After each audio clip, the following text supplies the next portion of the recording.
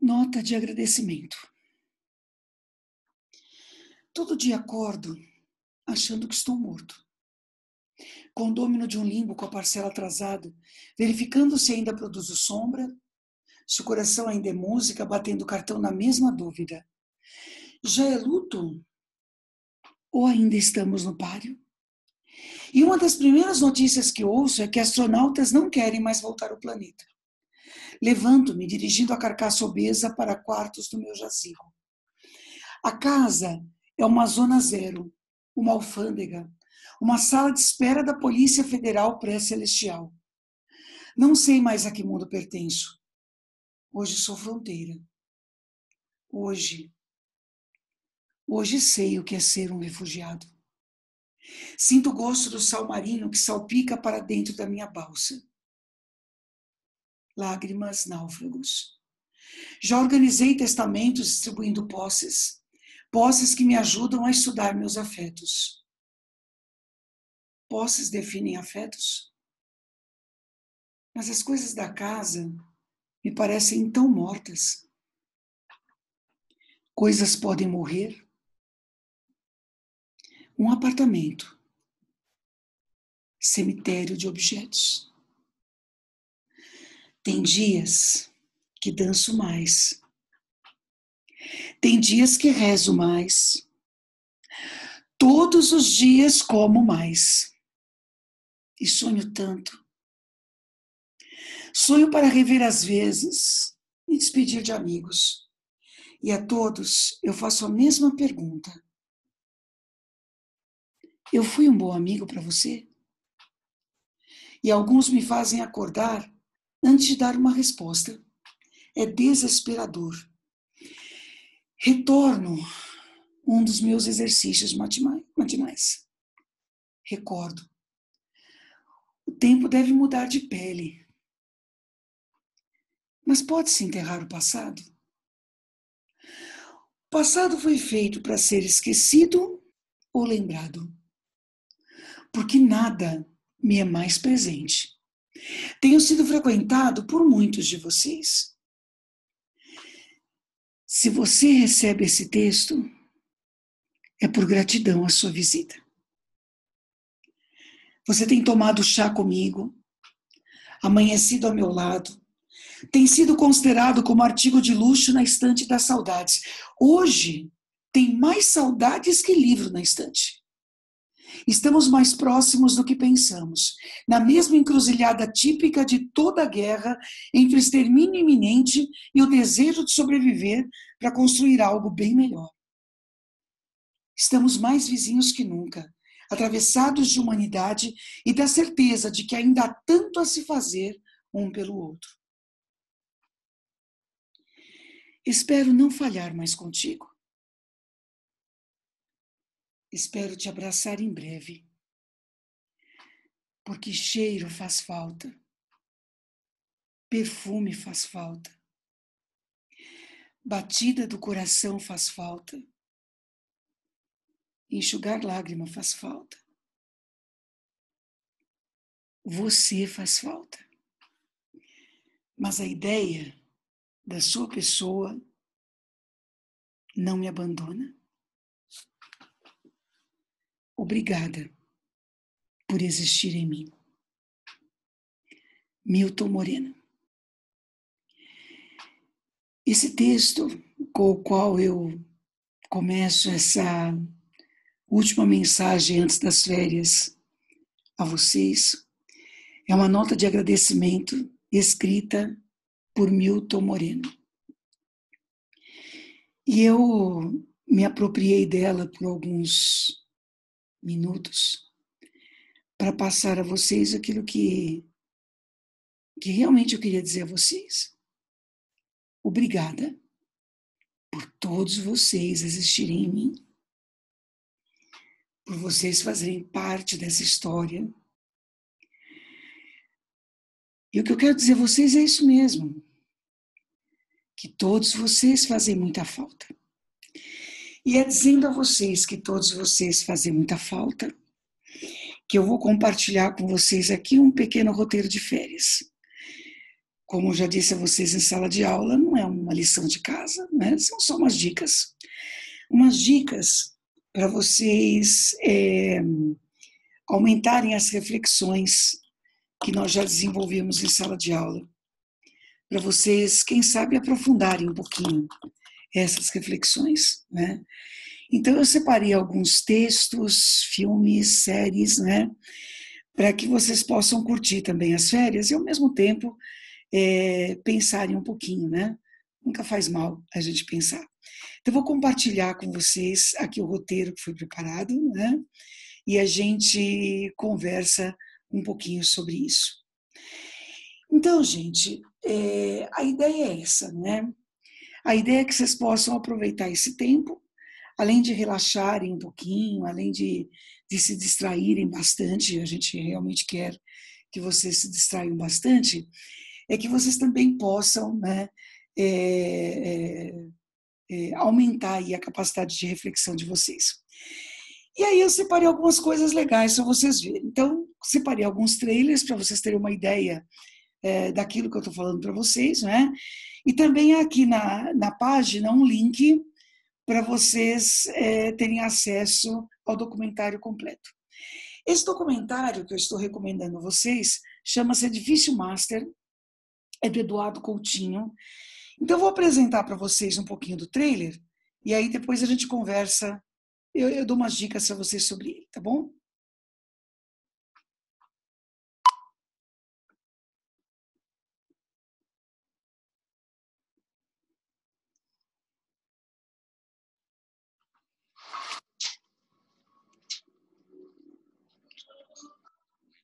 Copacabana.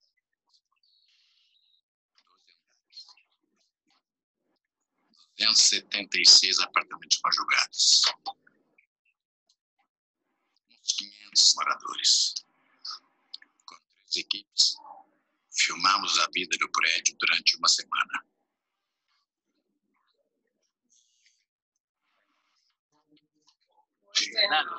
Tudo bem? Tudo bom? Tudo bem? Podemos entrar fumando? Todos os 49 anos eu passei aqui sem nunca mudar do prédio. Por exemplo, se eu sou homem e estou com uma mulher do lado, eu não vou olhar para outra que está passando ali e fico encarando. Né? Afirma que eu olho para mim na rua. Olha.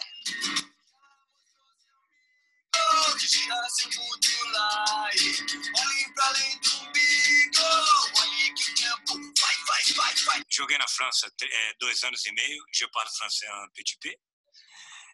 Joguei nos Estados Unidos, I speak English a little bit.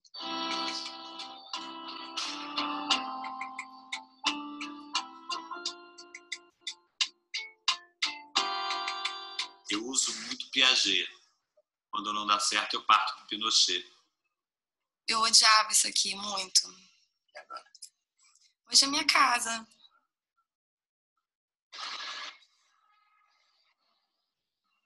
Eu não te conto.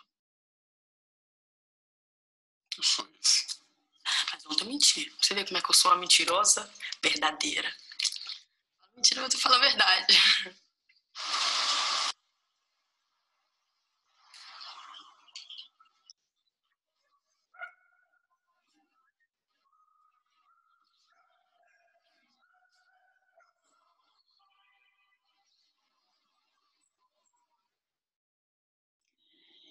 Então, né?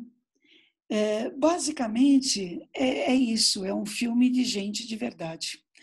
Então nós temos aí 500 apartamentos num prédio em Copacabana, pessoas em sua maioria que vivem sozinhas, pessoas que têm a sua história, pessoas que têm as suas fantasias, né? E pessoas que a gente nem sabe que existem, mas fazem parte dessa história cotidiana, né? Tem lá os seus sonhos, tem as suas verdades. Então, a ideia é que vocês vejam esse documentário, que é feito mesmo por gente, não é? Eu já disse a vocês que há 2 tipos de documentário, né? Muitas vezes há o documentário em que parte, pelo menos, dele é feita por atores. Ou, às vezes, documentários que são feitos inteiros por atores. Mas esse não. Esse é inteirinho feito por gente. E gente que faz história, né? Gente que tem a sua forma de se manifestar e a sua forma de se colocar seus sonhos. Então assistam, né? Assistam que eu acho que vocês vão gostar, né? Cada um aí com a sua verdade e cada um que faz parte dessa cidade em que a maioria das pessoas de verdade são invisíveis, né? É como se elas nem existissem. E é justamente por isso que elas criam a sua própria realidade. Há um senhor nesse filme que canta Frank Sinatra, que é absolutamente emocionante, né? É muito legal, né? De vê-lo, enfim, manifestar o seu amor por aquela experiência, não é? Mas muitas vezes o documentário ele existe não simplesmente para mostrar as pessoas que existem, para fazer a gente refletir sobre essas existências aí, né? Mas para denunciar problemas, né? É o que acontece nesse documentário aqui. Esse documentário chamado Marias, vocês têm o link aqui embaixo, ele vai trabalhar sobre vários aspectos do que acontece com as mulheres nos dias de hoje. Então, vou mostrar também um trailerzinho para vocês terem uma ideia do que se trata, tá? A mulher está se empoderando e tal. A minha grande questão é se empoderando do quê? Qual é o poder? Será que ela já conseguiu descobrir qual é o poder dela? E mais do que descobrir qual é o poder dela. Será que ela consegue se olhar no espelho e se ver como um indivíduo com direitos e com poder para fazer aquilo?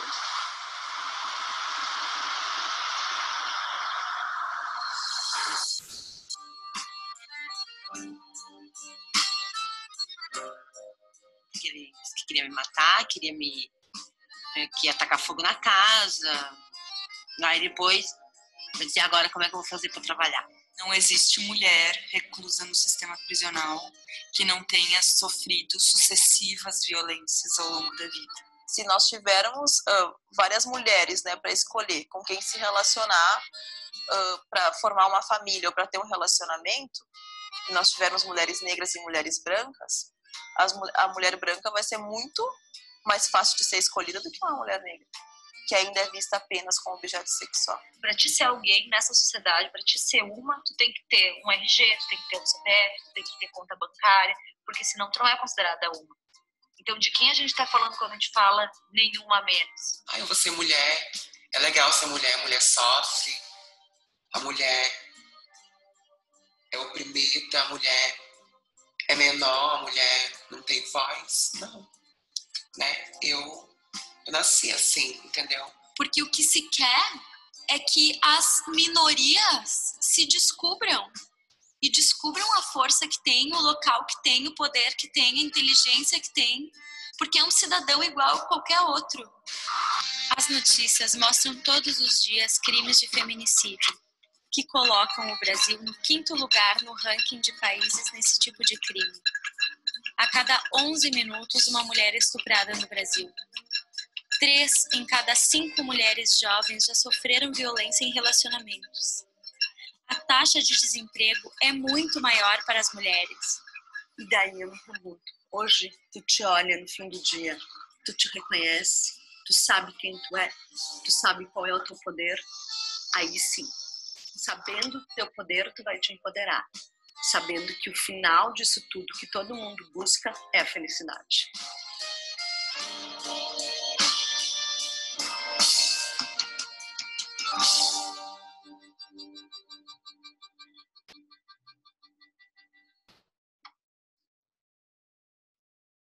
Pois é, né, gente? Quantas Marias, né? Cada Maria com a sua história, mas todas elas dentro de uma mesma sociedade que há 100 anos dos primeiros movimentos feministas ainda discute a questão feminina dentro dela, né? E precisa discutir. A gente chegou a conversar sobre isso em sala de aula. O empoderamento do indivíduo é fundamental, não como empoderamento, uma palavra da moda, né? Mas empoderamento de verdade. É o indivíduo que precisa ter consciência de si mesmo.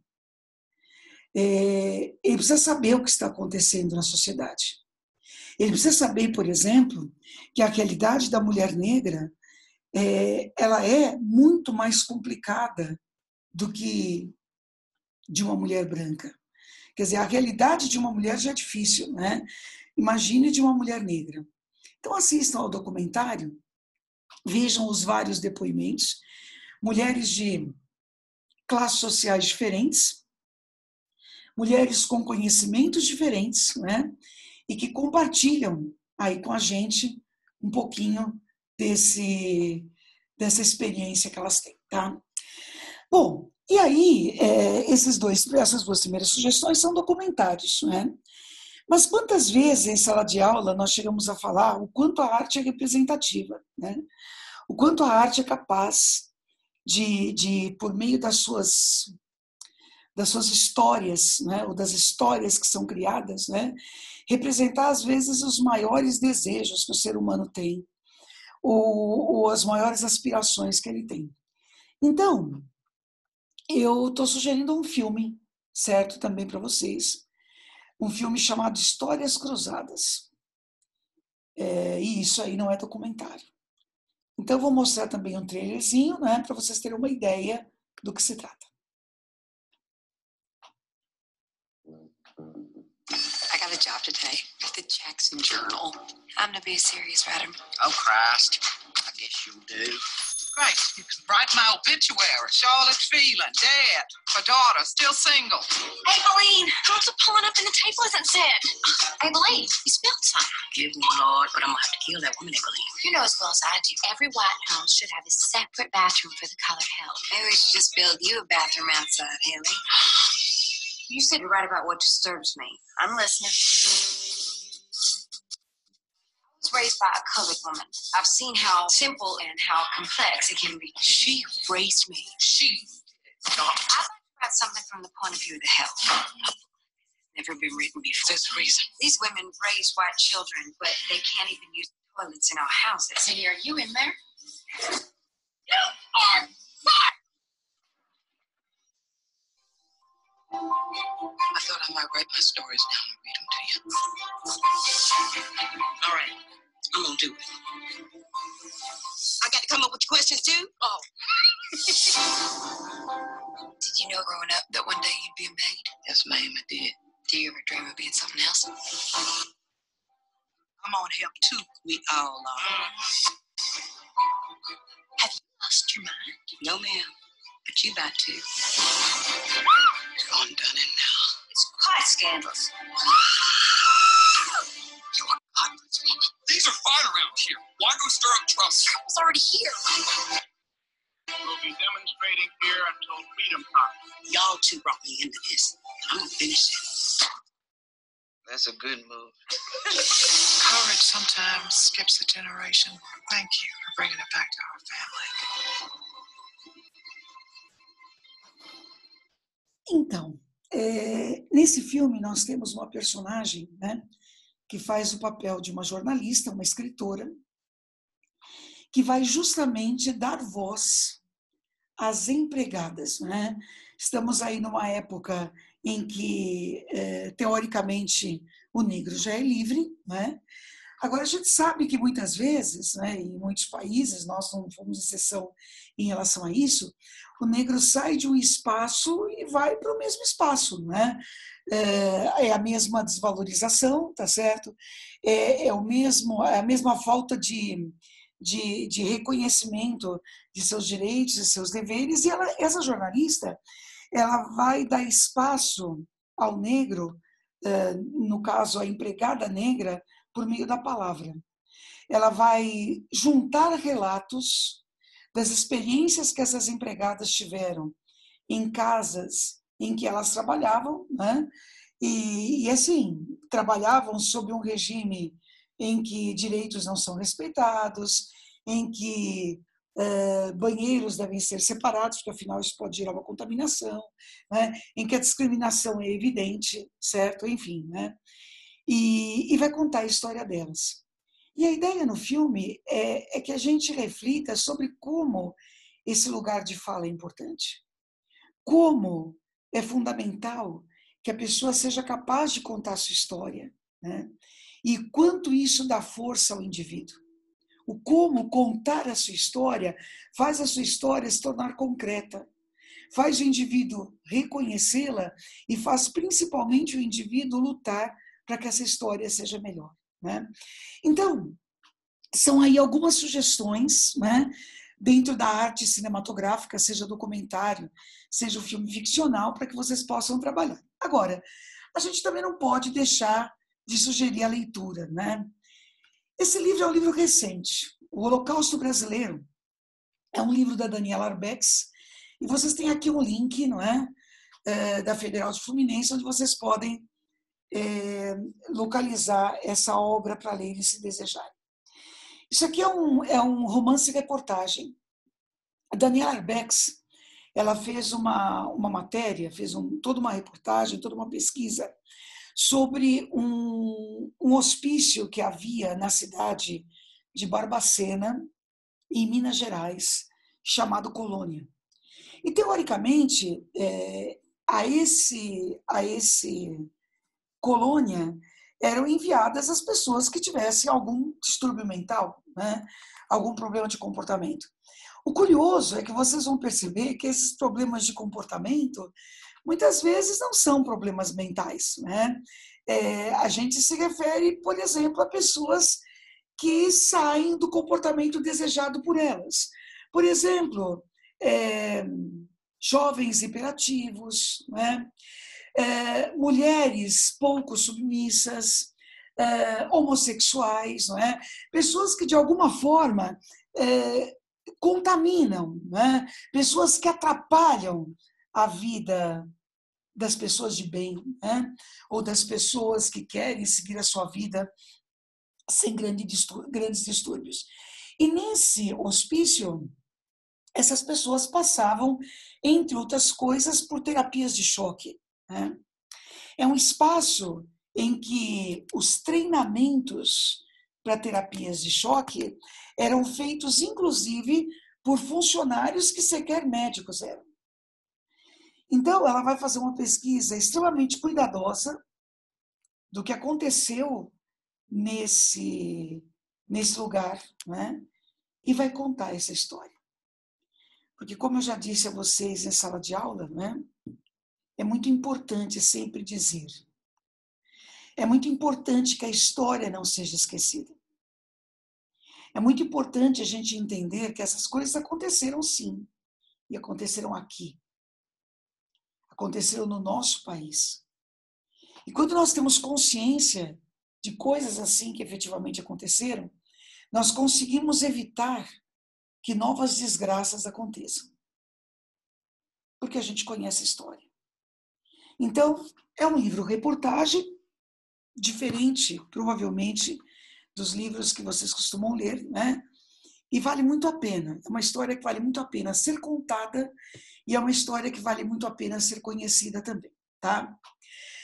Bom, muitas vezes nós falamos o quanto a arte é um alimento, né? E ela não é só um alento em tempos de pandemia. Ela é a grande representação daquilo que nós somos. É a forma que sempre as pessoas encontraram de dizer as coisas. E nessa época de pandemia, nós estamos afastados, não é, dos espaços em que normalmente essas artes são mostradas a nós, como os museus. Esse site que eu indiquei aqui a vocês, ele traz 8 links de museus importantes no Brasil, nos quais vocês podem entrar neste momento, virtualmente, né? Então, desde o MASP, não é, até o Felícia Lerner, em Campos do Jordão, por exemplo. Então, aproveitem, não é? Alimentem o espírito, não é?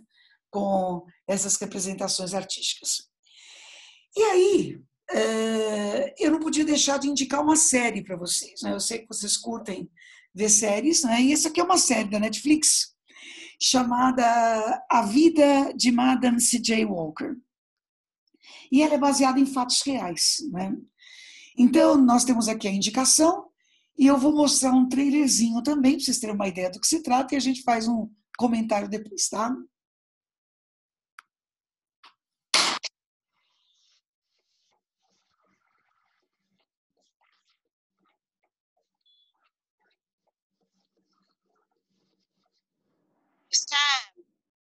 my story.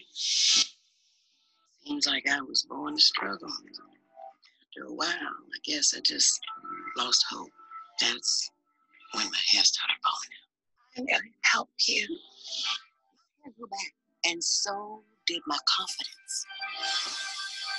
Maybe I could sell you product. I don't think sales is for you. Colored women will do anything to look like me, even if deep down they know they can't. I ain't gonna let you keep beating up on yourself here. From now on, I'm doing my own hair, making my own hair grow. Come on. Missy, I don't take orders no more. Lincoln freed me 40 years back. That's why I'm gonna pay you. And that's why you're my favorite daughter-in-law. Sisters, let's talk about hair. They put us down, tell us we're ugly, make us feel ugly. Wonderful hair leads to wonderful opportunities. Mama, you sure on something. You can call me crazy. I want a whole line of products, which is why I want to open my own factory. Such a thing is growing too fast. We live in a man's world. It's just not our place. I didn't come here to make sandwiches. I came here to do business. Oh, I know. What you gonna do now, Sarah? Don't let nobody steal your dream, Mama. We need a plan B. I'm not going back to laundry. Now, we done all made sacrifices. You gonna do what's best for this family. Here is beauty. Here is power. Damn, Sarah, how big you wanna be? Big. Carnegie, Ford, and Rockefeller put together.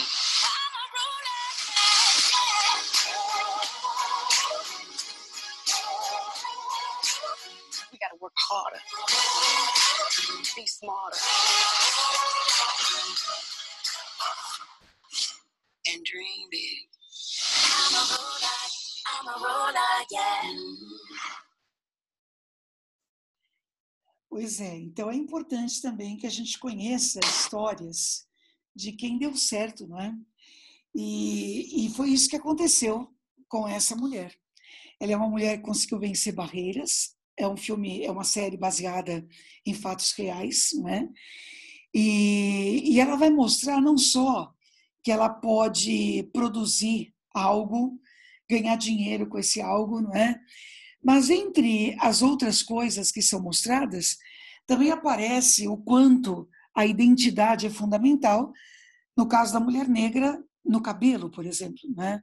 O quanto isso é forma de empoderamento e quanto isso é algo de que se orgulhar, né? Então a ideia é que vocês conheçam um pouco da história dessa mulher, que foi persistente, que foi resiliente, que conseguiu superar dificuldades, né?